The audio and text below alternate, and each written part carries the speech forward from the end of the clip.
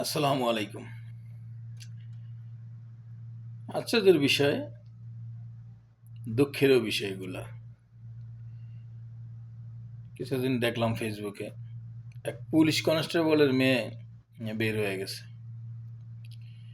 এটা নিয়ে বাবার অনেক কাকুতি মিনতি ফেসবুকে। মেয়ে পরে লাইভে আইসা আবার বাবার এই কথার উত্তর দেওয়া, সব কিছু মিলে একটা এলোমেলো। আসলে এগুলার মূল প্রধান কারণ হলো এখন মোবাইল। দ্বিতীয় কারণ হইল গিয়া ছেলে সন্তানের পড়ালেখার একটা আলাদা চাপ। তৃতীয় বিষয় হইল গিয়া তার বয়সের একটা ব্যাপার স্যাপার আছে। বর্তমান সমাজে আবার একটা বিষয় কারণও থাকে, ৪ নম্বরের বিষয় একটা আছে, আইনের শাসনটা আবার ওরকমভাবে নাই।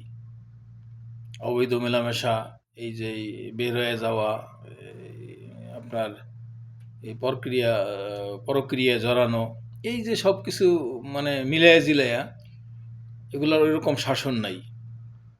তাহলে আবার মোটামুটি হইতো। আপনি বিদেশে আছে না, আমরা প্রবাসে থাকি, এই সৌদি আরবে কি অভাব নেই?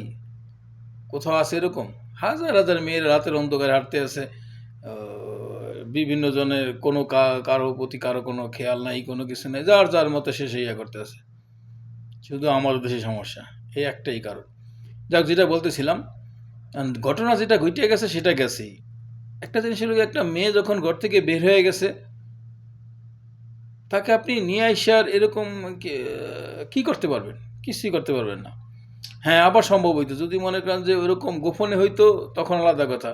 মিডিয়াতে এরকম ভাইরালে আপনি মেয়ে আইনা পরে কি করবেন? এই মেয়ে আরো জায়গায় বিয়ে দিলে যেটা বিষয়টা অনেক জটিল না? কারো যদি ডাইল খেতে ইচ্ছা করে, তাহলে ডাইল খেতে তারা দিতেই হোক, কিছু করার নেই তো।